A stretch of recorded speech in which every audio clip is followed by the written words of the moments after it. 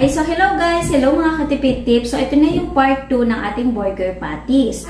Ito pong idea po na ito ay burger at pwede po natin ito gawing buy one take one. Kasi alam naman po natin kapag buy one take one, ang mura niyan tingnan at mas matunog sa mga customer po natin kapag usapang buy one take one. At pwede rin naman pong single order. So depende po sa atin, basta dito po sa video na ito is bibigyan ko po kayo ng idea. Ngayon, meron po akong nakita online na instant cheese sauce. So, 1 liter na po yung magagawa daw dito sa mga burger, fries, nachos, tacos, etc. Sa lahat ng pwedeng paggamitan ng cheese. Ngayon, itatry po natin itong lutuin at kapag okay, so ito na yung gagamitin natin. Pero kung hindi okay, so magagawa po tayo ng sarili po nating cheese sauce. Okay? Ang nakalagay dito is kailangan po natin ng 750 ml ng water. Tapos, buhayin natin ang apoy. So, i-boost na natin. Ngayon, sasabayan na din po natin ng halo. Okay? Kumbaga, parang nababawasan na yung buo-buo. Ay! Natapon pa. Ano ba yan? Babawasan ng flavor. Pagkatapos ay haluin lamang po natin ng mabuti hanggang sa mawala yung buo-buo. So kapag wala na siyang buo-buo, continuous pa rin po tayo sa paghahalo hanggang sa lumapot. Okay, estimate sa 3 minutes yung pagluluto po natin. Okay, so ganun lamang pong kabilis at okay na po yung cheese sauce. Ang sunod na po natin gagawin dito is isasalin po natin sa lagayan. Tapos para sigurado kayo kung walang buo-buo, pwede nyo pong salain habang isinasalin po natin. So, hindi na po tayo magluluto ng ating homemade cheese sauce kasi masarap na po itong cheese sauce na niluto po natin. Parang nag-i-slight siya siyang cheese whiz. Doon ko siya maihahaling tulad. So, masarap siya, creamy, malalasa po talaga yung cheese. Kasi akala ko kanina baka lasang cheese powder lang, ganon. Pero hindi, meron siyang linamnam. Sa tingin ko, sarap to sa burger po natin. Ngayon, isa-set aside ko lamang po ito. Pagkatapos, mag-ready na po tayo magawa ng ating burger by one take one. O, by one take one burger. Nasarap mga katipid tips.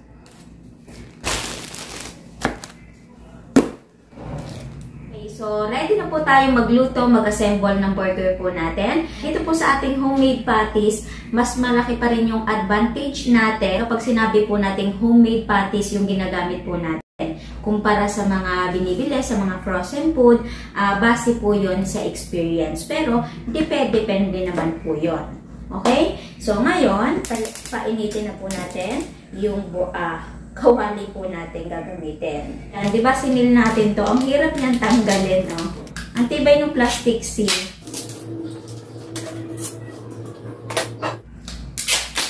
Wow! So, ayan. Ang bango. Okay, so yung naamoy ko dito is yung Knorr liquid seasoning. Lalagay lang tayo dyan ng kaunting oil, syempre. Yan. So, dito malalaman na natin kung okay ba yung patties pagkakagawa natin. Kailangan ay hindi siya madudurog. Kung tatanong nyo, at tipid tips, yung ginawa po namin burger is nadudurog. So, pwede po tayo magdagdag po doon ng egg. Okay? Para hindi na po siya magkadurog-durog. Pag mainit na, pwede na natin ilagay yung patties po natin. Tapos yung tinapay. Ang bango ng pinakang karne natin. Makikita nyo na kahit ito yung tong yung ginamit natin sa pagbabaligtad, so hindi siya nasira, ibig sabihin, okay yung pagkakagawa ng ating pong patties. So, saglit lang po itong lutuin mga katipid tips. Mas maganda nga dito is medyo malakas yung apoy po natin para hindi natitigang yung pinakang patties po natin. So, pwede na tayong mag-assemble. At ilagay na po natin yung patties. So, dapat kumuha tayo ng shansi. Yan, naputol. Pero okay lang po yan kahit nahati. Kasi gawa lang po yan ng shansi. Hindi tayo kumuha. So, itong lettuce po natin, nagkakahalaga lamang po ito ng 12 pesos.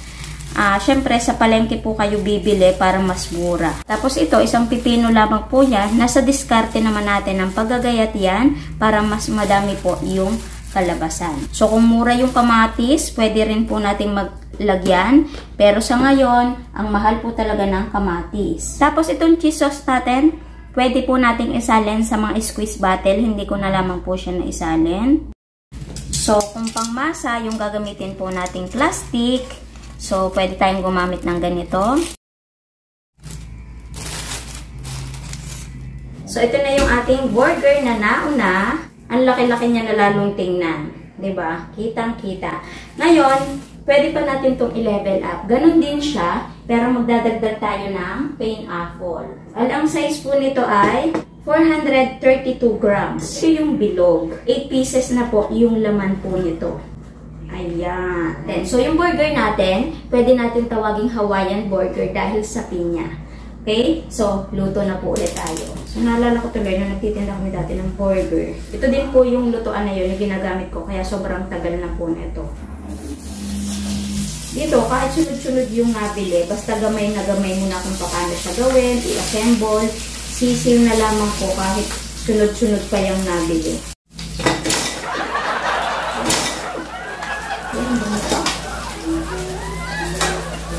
Buong-buo yung patis po natin.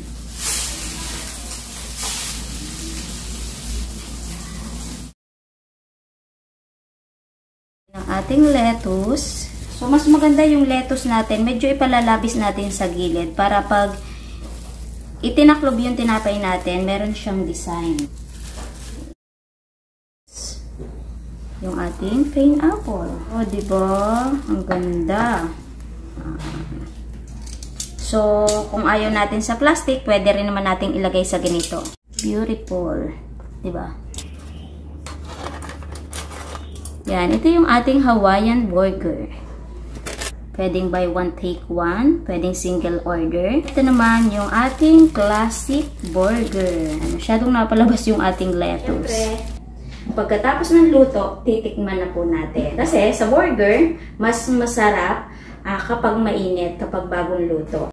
Cheese sauce, pipino, lettuce. Yung medyo maitim, ayan yung patis natin.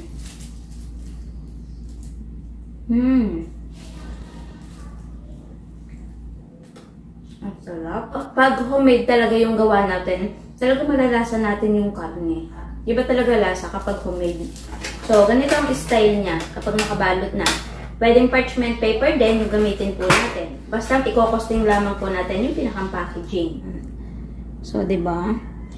Kitang-kita yung pineapple. Excited. In fairness, ang sarap. Ang sarap na may pineapple, grabe.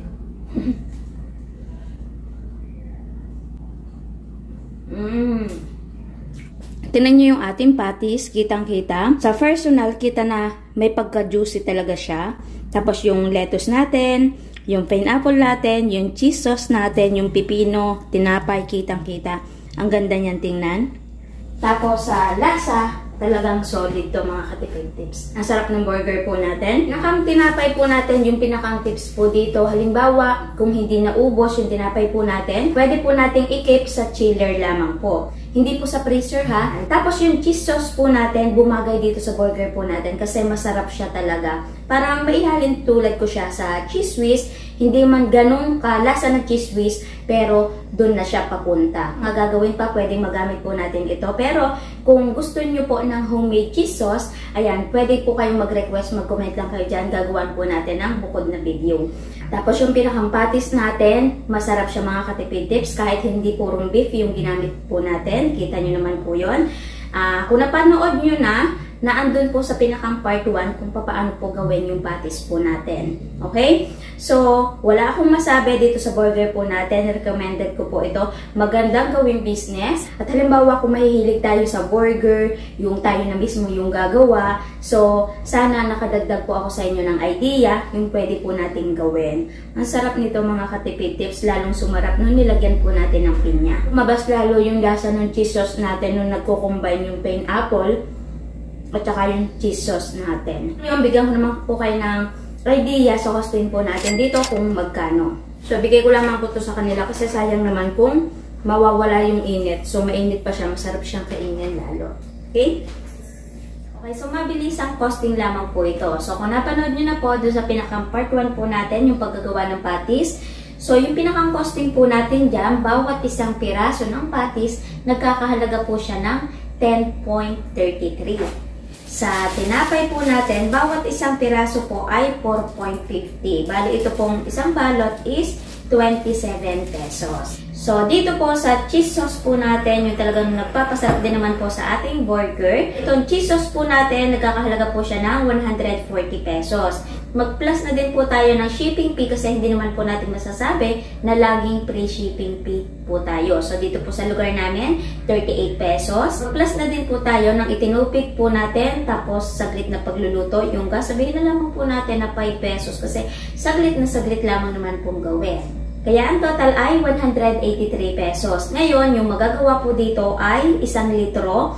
So, estimate ko po ang mailalagay po natin sa burger, nasa 20 ml. So, yung 1,000 ml na magagawa po natin, i-divide po natin sa 20 ml at ang kalalabasan po nun, makakakuha po tayo dito ng 50 na order. Ngayon, yung pinakampuhunan po natin, i-divide po natin sa 50 at ang kalalabasan po nun, 3.66 po ang puhunan kada 20 ml. Tapos, sa pinakagulay po natin, ito 12 pesos lamang po yung bili ko pero ang dami nang mapapagamitan. Pipino is nakakahalaga lang ng 9 pesos pero madami na gayat yung pwede po din natin paglagyan. So, sabihin na lamang po natin na 3 pesos. Kaya ang total ng isang burger po natin, 21.49. Ngayon, mag-plus na din po tayo ng 3.51 para sarado na po 25 pesos ang puhunan po natin sa isang burger. Wala na akong maipakita. Ang bilis na ubos. So, sa other expenses po natin yon kapag niluto po natin saglit, plastic po natin gagamitin at labor kasi mura lamang naman po ito. Tapos, isang burger lamang naman po yung pinag-uusapan po natin. Kaya, para sa akin, sakto na siya. 50 pesos po yung dalawang burger. Kung ititinda po natin itong buy one take one, para sa akin mas okay yung buy one take one kasi parang isang pagod, di ba? Mas mura siyang tingnan at bukod po doon may bagay yung pagluluto po natin kesa sa pa isa-isang piraso po ng burger yung lulutuin po natin. Double kaagad yung tubo na makukuha po natin. Ating ibenta ng 80 hanggang 100 pesos pero ako sa 90 pesos. Iminaynos natin yung pinakampuhunan. Simple po tayong tumubo ng 40 pesos po sa dalawang burger. Imagine mga katipid tips kung makasampung order po tayo na buy one take one sa maghapon. So, may posibilidad na tumubo na po tayo ng 400 pesos. Basta aalagaan lamang po natin, consistent po tayo, hindi po imposible yon. Ngayon, sa magtatanong Ate Tipid Tips, magkano naman po yung bentahan kapag meron pong pineapple? Sa akin, mas better din pong may pineapple kasi mas masarap. So, pwedeng i-add-ons na lamang po ito. Bali, yung isang lata po ng pineapple na ginamit po natin, nagkakahalaga po siya ng 69.50. May laman na 8 piraso, so kada isang slice, may puhunan na 8.75. So, pwede natin gawin na 10 pesos o kaya 15 pesos. So, depende na po sa atin. Tapos, bukod po dito sa add-ons natin, pwede din tayong mag-add-ons ng ham para talagang Hawaiian burger po talaga yung tinda po natin. Pwede din mag-add ng egg, mag-add pa ng cheese. So, nakadepende po yun sa atin. Talagang pursigido tayo sa business ng burger, madami pa po tayong maiisip. So, ito pinaka-basic lamang po yung ginawa po natin. Kung paano gawin yung burger patty at idea kung paano siya gawing burger, paano siya ititinda, kung paano isa-assemble, diba? Next video, pwede pa po natin gawaan yung burger patty po natin. Parang magkakaroon pa tayo ng pinakang part 3 na pwede pa rin po natin negosyohin ngayong malapit po ang pasukan. Kaya stay tuned lamang po tayo sa ating channel kasi madaming negosyo idea pa yung pwedeng ma-share ko po sa inyo. Okay? So, sana bago po ulit nagtapos yung video po natin ay meron po ulit akong ilagdag na idea po sa inyo na pwede po natin pagkuhanan ng extra income. So, kita-kits na lang po ulit sa mga next video. Okay? Bye!